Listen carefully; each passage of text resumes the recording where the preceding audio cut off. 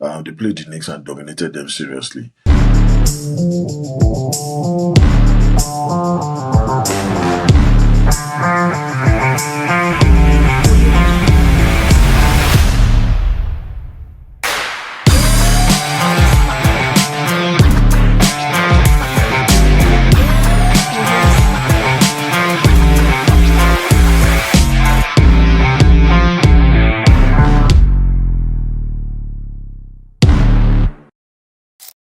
Yeah, so these are the key turning points. It's good to look at the numbers to kind of just identify what were the key turning points in the bad performance of Oklahoma City against the Charlotte Hornets team. Charlotte were 34-17 in the second quarter. They only led briefly in the second quarter. That's the Oklahoma City team. Led only for a brief few minutes in the second quarter, and they were trailing up until the end. The Hornets went ahead to, they hit about 7 threes that were decisive, that forced the OKC team into some late clock jumpers. And that was what they dominated the glass completely. Brandon Miller playing with a shoulder, injured shoulder. He's playing with some heavy cast on his shoulder, and he still went ahead and led in all categories. That was a very good performance from Brandon Miller. They also ran in transition off every miss. They were a bit more urgent than the Oklahoma City team. They showed like they wanted it more. And that was why I was so impressed in their performance. Looking at the numbers again, Brandon Miller had 28 points. He was 7 of 10 from 3. This is someone that has a mini cast on his shoulder because he's managing a shoulder injury. He was plus 33 on the impact scale. He punished every defensive coverage across board from my analysis.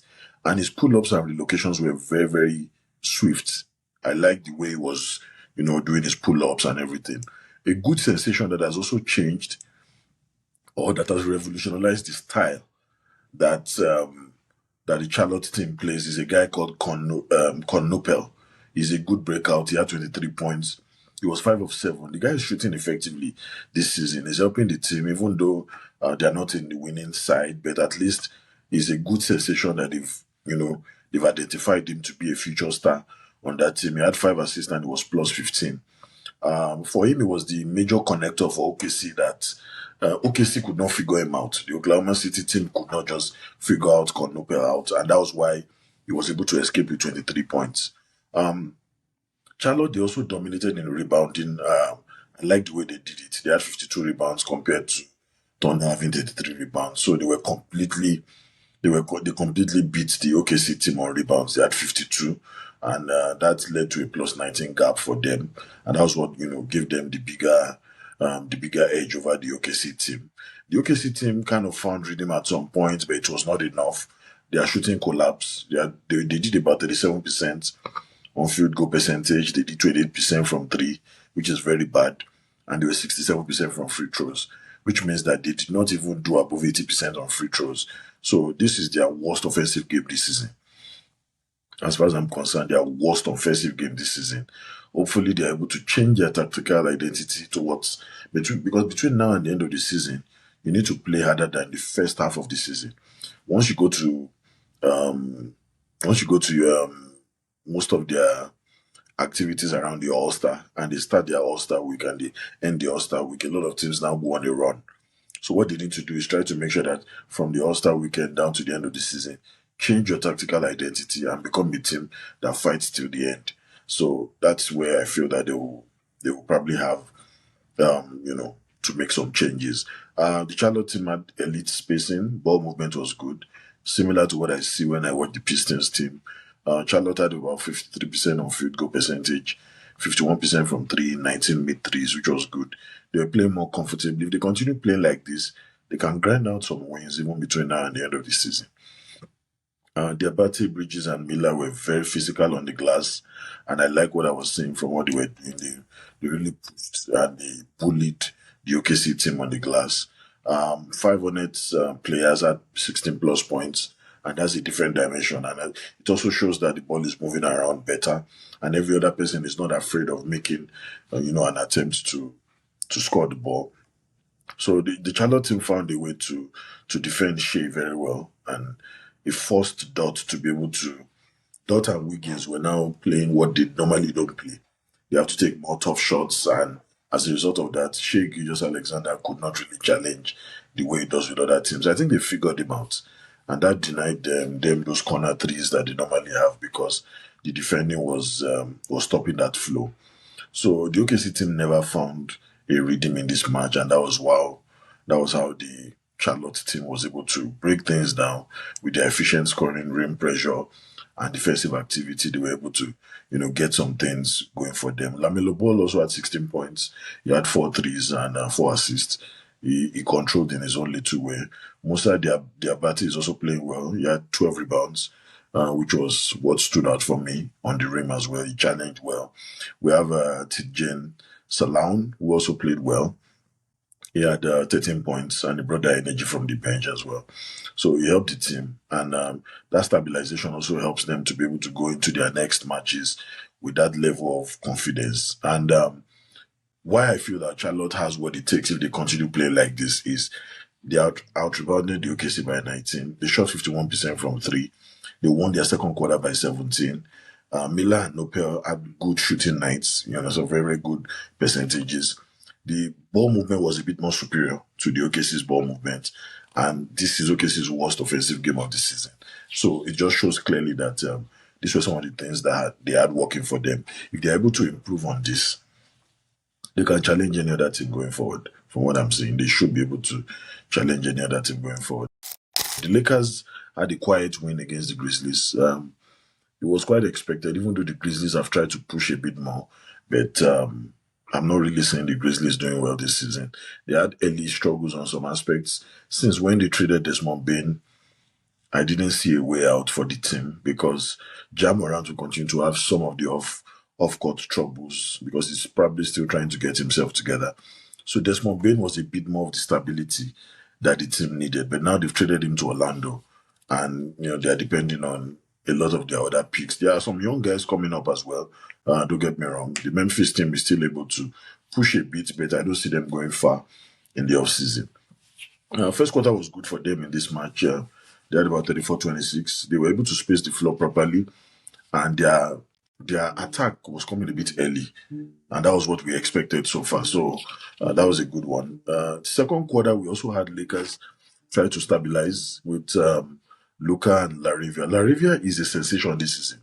When they went for him, and it was a pickup for them in the offseason, I was wondering what's going to happen. He has been playing very well under JJ Redick. JJ Redick has been able to put him in better positions to succeed, and I like the way he's playing. Lakers went ahead to win the third quarter 29-22, and that's where he flipped the game. I think the early teams try to make sure that their third quarter is always in a good way. They flipped the game with physicality, and in fact, I like the rim pressure that I was seeing from them. The Lakers don't really have, apart from LeBron, most of the time, they don't really have too many players that will say would dominate on the rim because their key scorers, LeBron James, Austin Reeves, and Luka, are the major guys, and they are really not rim guys. They are good 3-point shooters. You understand? Apart from LeBron, and LeBron is getting older. So I was surprised to see that the physicality at the rim was also, one of the reasons why they did well in the third quarter. In the fourth quarter, LeBron and Luka work together to make sure that they execute. While Memphis try to push a bit, they try to calm things down. Memphis led for some long stretches, but Lakers now won for the final 14 minutes of the game and made it a buried game. At the end of the day, they were able to take unnecessary points into the next set of games. So Luka was very good. He was 12 of 13 from free throws. He also had 4 3-points as well. He had 36 points, which was a very good one. He had the pace and the matchup. He's still looking very healthy. Hopefully, he's able to continue with his late clock creation and stay focused and help the team to keep their goal in front of them up through the season. LeBron was an all-round impact. He had 10 assists, 7 rebounds, and was able to give them a decent 26 points. He didn't force anything. He's playing things easy because he doesn't want to risk any form of injury. So he reads the game a bit more and just tries to play at the veteran level. And most players around the league still give him a lot of respect. So they allow him to get away with some shooting and some threes. Memphis was 10 of 41 from three. A lot of teams didn't really shoot well this weekend that just passed from three, and that's why most games are a bit closer and they have to depend on either free throws, rim pressure to be able to create more free throw opportunities or go for rebounds or second chance points to be able to create that separation that they will want with the team. So Grizzlies generated early looks, but shooting, kind of just regressed and went down, and it was not good enough. And that's why they were 10 of 41 from three. That's 24% from deep, which is not good enough, especially in the NBA of today. You can't win games like that. A major free throw disparity happened as well. The Lakers were 41 field throw attempts, while Grizzlies had 22 free throw attempts, and that's where the margin really came from. Lakers were, getting more fouls, and that's why they were able to create that separation. Jared Jackson Jr. was in foul trouble as well, so that also affected the team, and you know he was not able to, put in a bit more effort, to be able to help the team get the best. Right now, he's still one of their top elite guys, even Jamoran. A lot of people still feel Jamoran will most likely still leave the team very soon because, they're not really seeing the best of him this season. But look at the player impact. If you look at the numbers, look at the player impact. We have looked at Doncic with 36 points, 8 rebounds, and 8 assists. Very, very good. LeBron 26, 10, and 7. And, if they are playing at this level, do you now want to tell me Jack LaRivia, who is a sensation, playing very well under JJ Redick, had 4 threes, and is a huge complementary scoring to the team as well. DeAndre Ayton had 15 points, Marcus Smart 6 points, Vanderbilt 7 points with 7 rebounds. So that energy and toughness is coming from these 3 other guys helping the team. DeAndre Ayton too is not doing badly. He had like 3 blocks as well. So that interior ankle work is still doing it well. Connect is still playing well. Nick Smith Jr. and Jackson Hayes as well for rim protection. For Memphis, we still have a lot of their young guys trying to help the team. Coward Aldama, Gigi Jackson, they tried their best. They were efficient and active, but it was not enough because JJJ was in foul trouble even with 23 points and 3 threes to help the team. So that's where most of it went. Luka and LeBron they are closing up in their mastery. They are understanding each other a bit better, and so that's why they will improve. But they still have some teams in the West that can still wow them and can still defeat them at a very high level. They had superior late game execution from the Lakers and more free throws. They had about 41. So better rebounding and physicality also helped them as well. And looking at the way teams are structured today, if you're not doing well in rebounding, you are most likely setting up yourself for failure in the league. It means that you're not fighting hard enough. And that's why there's going to be a big problem if teams don't address that aspect. One of the games I've talked about earlier, which I will just talk briefly about before going into the last 2 games, is the Pistons, the Knicks. Pistons showed that domination. I talked about how they played the Cavs earlier and how they showed that domination and their willingness to stand themselves as number 1 in the East. They played the Knicks and dominated them seriously. The Knicks didn't look like the team that has just won the NBA Cup. The first quarter was 30-29. Both teams were trading early punches. It was looking like as if that first quarter, teams didn't really do well in defense. And second quarter, the Pistons just exploded and had 34-25. The Knicks defense just cracked further in the second quarter. And because for you to allow 34 points in the second quarter, that was not good enough. Third quarter, Detroit continued to bury New York by 25-15, and that was game over. I always tell people, I say, the game is always over in the third quarter. Because especially when you're playing a close game, a team that you consider a major rival in being number 1 or number 2 in the East, you want to make sure that all your stones are targeting the right way. And the third quarter helped Detroit team to be able to bury them very early. In the fourth quarter, we just saw New York trying to push back, and the Pistons just close out with a 32-21 knockout. So third quarter really damaged the New York team that even the fourth quarter, they could not even come out. They didn't even win any of the second, third, or fourth quarter. They could not. And that was why Pistons finished with 121 and the Knicks had 90. That was a big disparity in points, and it also showed that the Pistons have that mentality in late game situations and also clutch situations. So, just like I said, the key turning points came from second, third, and fourth quarter. Detroit pushed the pace. They they attacked a lot of mismatches coming from the New York side. Even though New York side play faster than they played last season, but they couldn't. The rhythm couldn't work well for these Pistons teams. Detroit went ahead to hit 6 threes at a time when the New York team could not even buy a couple of buckets during those times. So this forced the New York team into late clock isolations and zone movements that were questioned, and they couldn't just continue to stay ahead. And at the end of the day, Kate Cunningham came with a masterclass with 29 points and 13 assists, and that's why Kate Cunningham is for me is a top candidate, top five for MVP this season. He's playing at a very high level. He's still young, and it was a plus 23 impact in this match. So I feel his tempo will continue to manipulate switches, and I like that confidence. He goes directly to the rim. He doesn't even believe in staying far away and taking advantage of jump shots or mid ranges. He goes directly to the rim. So he goes at the defender directly and the center, and he makes it happen. So he shredded the New York rotations, because at some point a lot of their corner guys were just free, because a lot of defenders are following him when he's going directly to the rim. So what happens is he's able to draw defenders and release the ball to the guys at the side, and they're able to make those threes. And that's where the difference comes in. Other key contributors that really surprised me were Ron Holland, 17 points and 5 threes. Threes were just dropping for these guys. Marcus Sasa, 8 points, 2 threes. Jaden Ivey had 16 points. He was plus 12 in his plus minus addition and value. Charles Lanier had 12 points plus 16. Now, these are not even big names. These are just young rotation guys, and they are playing at this level against the New York team. So New York just had no answer for this team. Even though New York shot 42% on field goal percentage, they had 13 turnovers. That's too high. And only 15 assists. So that was what messed them up. Detroit was more physical. They had about 44 to 30 on rebounds, so they out-rebounded them.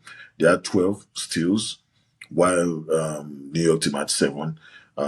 Detroit had 11 blocks, while the New York team just had 3 blocks. So it's just a clear tactical identity that the Pistons imposed their own game on the New York guys, and that was how they were able to win. Good ball movement. Shout out to them. Detroit shot 55% from the field. Good shooting, 52% from 3. That's good, and 16 made threes in the total match. That's I was very, very impressed with this performance, and it just showed that they have come to stay. They're now telling everybody that we are here. Kate Cunningham had 29 points, 13 assists. I call that a surgical dominance, because Kate Cunningham continues to give you good points. He's very effective, and he's playing with a lot of confidence for a young player. And I like that. Duncan Robinson had 21 points with 2 threes. Duncan is a spacing weapon. He was able to space the game, spacing the floor really well for them. So he had 21 points. Osa Thompson, with this Amen Thompson's twin brother, had 10.7 rebounds, 3 assists, and he was plus 2, plus 23 on a two-way force for the team. And I really like what I'm seeing from him. So those were the momentum drivers for me. They were the ones that made New York kind of rethink a lot of their decisions. They were second guessing themselves, and at the end of the day, the game went away from them. Brunson, definitely we can't take away how hard he worked. He had 25 points, but he had no help. Bridges had 10, Robinson 10 points, and their spacing was not good enough. They only made about 13 threes, so it was not really good enough for them. So ball movement also as well stagnated their offense a bit, and the bench was not consistent as well. So turnovers 20 total. They had a lot of self-inflicting wounds as far as I'm concerned. So those are some of the things that they will need to improve on as they go on. So for Detroit, they also had some bench explosion, and it would be good enough we don't talk about it. Their bench is performing so well. Cade is leading the team with a masterclass. To me, he's an all-star for this entire season. They had superior rebounding and better physicality. They showed New York that they can impose their style of game on them. Elite shooting, they were 52% from 3. That's very good. It also helps them to space the floor a bit more. They won every quarter. You understand? Also showed that they dominated across board, and New York had a bit of a stagnation. So to me, if this was a game that they played in the postseason, it would have been very embarrassing. So that's why I feel that this is just a regular season game. New York can take some feedback, see one or two things they can improve on, and come back and play at a very very high level. Okay, so the next game we're going to be talking about is the Celtics' decent win against the Chicago Bulls. This was a straightforward win. I won't spend so much time on it. They won 115-101. Everybody knows Jalen Brown is balling out, and that's why the Boston team are number 2 now on the table. He's playing very very well. First quarter, Boston was leading as usual, 31-14. They were scoring their threes. That's one of the good this shooting team as well. Second quarter, they went 23-19. Chicago came back in the third quarter by scoring 34, while Boston followed them closely with 31 points. So it kind of just stabilized. It didn't show that Chicago dominated. And in the fourth quarter, Chicago still won 34-30, but it was not enough anymore because Boston already had a good first and second quarter. So it was very easy. As Chicago was pushing, Celtics just needed to finish up the game with some elite performance from some of their key guys. Nemias Quetta also played well. They hit 6 threes back to back, which also showed that they were ready and they are going to be shooting very, very well. Even though early in the season they were not shooting this efficient, but they are getting better. They forced Chicago to kind of shoot balls from what I would call inconvenient positions. They were not comfortable, shooting, and they were 1 of 7 from deep. So it cost them a lot, and that was where Boston went on 31-14 first quarter. Nemias Quetta is also playing well. I thought to bring out his name. That interior dominance is working out well for him. He had 13 points, 13 rebounds. He was plus 11, and he had 7 offensive boards, which is really good. So for me, he completed the control of the rim, which has been a weakness in the early part of the season for them. He's beginning to get it right together, and that second chance points, is beginning to fuel the team all night. Boston was shooting well from 3, and that helped them. Their 3-point avalanche also came at some point in their barrage in this match. They were 20 of 52 from 3, 38%. Hauser, Pritchard, Sheman, Simmons, they were all hitting big threes. So imagine shooting 23s in a match of this caliber. Even though they had more attempts, they had 52 attempts, but they were able to just make 20 out of it, which is okay. The Bulls have a lot of things they need to improve on. They shot 16 of 46 from 3. So they were 1 for 7 as well. For Okoro, Weta was 0 of 4, and their bench was not so consistent. So those are some of the things they didn't find that rhythm that I thought they would find in this match, but they just couldn't. But hopefully they're able to get it right. Chicago started very well this season. At some point, after the first 5 games, they were number 1 in the East. But later, they had some injuries and, they've gone down. And with the same injury that happened to Kobe White as well, it also pushed them back a bit. But I feel that they have what it takes to be able to jump back, as they go on in this season.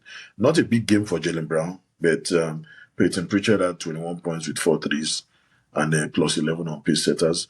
Jalen Brown had 14 points, 8 rebounds, and 4 assists, which was okay. So they shared the ball around. Nemias Quetta was wonderful. He had 13 rebounds, and I really like the way he dominated the game at 13 points. So from the bench, we had Afeni Simons with 27 points, who was the best player so far with 8 threes. He was one of the guys that led that avalanche or barrage of threes, and he was just a flamethrower. He was throwing it well. The ball was just dropping in. Sam Hauser also had 3 threes with 9 points. They have good 3-point takers in this team. And Baylor also did well with 11 points. So that's the stability of the team, and hopefully they're able to get more stabilizers coming in. And the reason why Boston won is because Boston had 20 offensive rebounds, which was much better than what the Chicago Bulls team. They had 20 made threes. Bench explosion had 66 points from the bench. Then they controlled pace from the start completely. Chicago's perimeter inefficiency is showing again. And that's because Kobe White, is not available for them and stuff. So those are some of the reasons why I feel that they would struggle a bit. But no, Kobe White um he was available for them off the bench, but when I mean he was not available for them, I'm trying to say that he didn't show up the way he normally shows up, giving us like 25. He had 15 points from the bench. He had some shot creation, but he's not really himself. He's struggling with injuries. So that's exactly what really happened to Kobe White. I wish we were able to get a stronger Kobe White. Would have seen a different Chicago team, but nevertheless, we know everybody knows he's struggling with an injury, and in a matter of time, he will bounce back.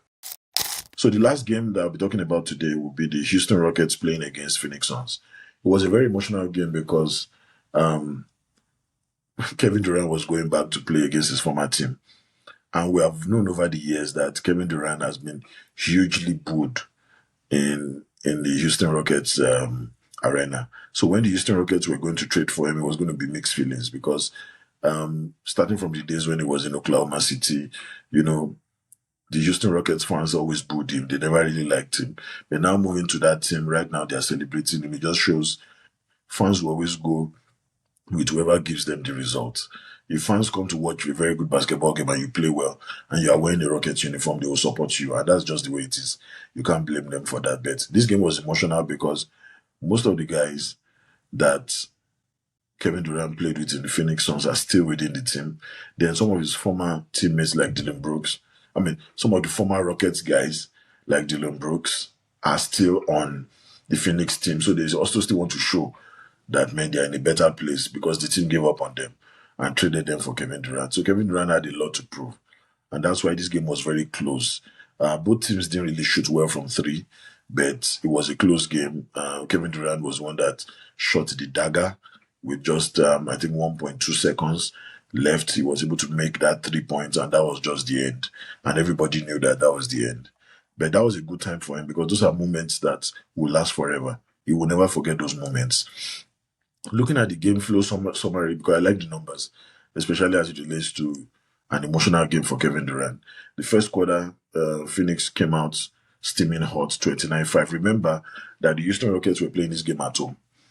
So Booker and O'Neal were very, very hot. O'Neal already had history because he had played with Kevin Durant when they were in Brooklyn Nets. So there was a lot to prove. They are good friends.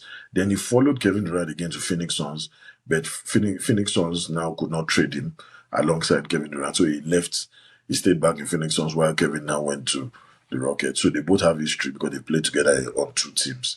So Booker and O'Neal were very, very outstanding in the first quarter. Second quarter, Phoenix, continued the game with 31-29. I think they had more clinical shooting, even though Devin Booker didn't shoot well from three, but they were playing very, very well.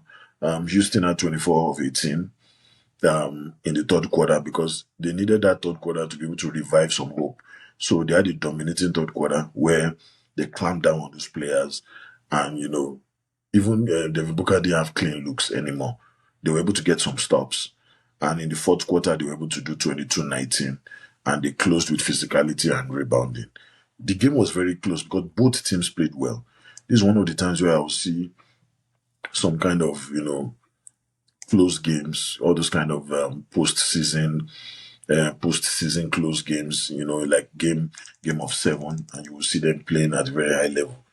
Phoenix scored 18 points in third quarter that helped them, create that separation, and that was what helped them. They switched aggressively, seriously, and just like I said, they denied Booker the opportunity for right-hand drives. And because Booker can also shoot from both sides, these right-hand drives, they knew that was a major area that they could use to get him, and they didn't allow him to do right-hand drives at all. So they forced the Phoenix Suns into late clock threes. Even O'Neal at some point missed some threes where he could not really even see the net. They forced them into taking those threes, and they just couldn't pass because there was some zone defending towards the end of the match. They couldn't just pass that arc, so they had to force themselves to take threes, and as a result of that, the Houston was able to dominate the glass on the other side. So that was where the momentum swung for them. Kevin Durant had a good impact, even though he didn't shoot well from three, in my eyes. He had 26 points, 10 rebounds, 4 assists, and he was a +4 while he was playing. He was not efficient from three, 2 of 12, but he controlled the tempo and hit the mid-range shots, that will help them very late. Now remember that 2 of 12, it was one of those threes that made up that extra points that made them have 100 points, that made them win the match eventually. So that 2 of 12, thank God that he even tried, because what happens is when players have been shooting badly from three, before this last three that he took, he was 1 of 11. You understand? He was 1 of 11. So he had to try to just find a way to take that final three and help the team, and it ended up going in. Amen Thompson was the engine of the team both ways, 17.7 rebounds and 6 assists. Played so well. Even though he forced like 3 turnovers, but you know, he's still a human being. He was the best athlete on the floor for me, and he was the difference maker, especially in the final minutes. I saw the way he was driving the ball with a lot of confidence. For a young player of that level, Ime Udoka has turned him into a weapon. The Suns shot 14 of 41 from three, and that's where one of the problems came, 34%. They were 0 of 6 from deep in the fourth quarter. They didn't even score a single 3 points in the fourth quarter. So 37 seconds, second half points for me was a major shift in showing that game, if those two should meet, you understand, in the postseason, they will score a lot of points against each other, or they will defend, almost, because they play typically almost the same kind of game.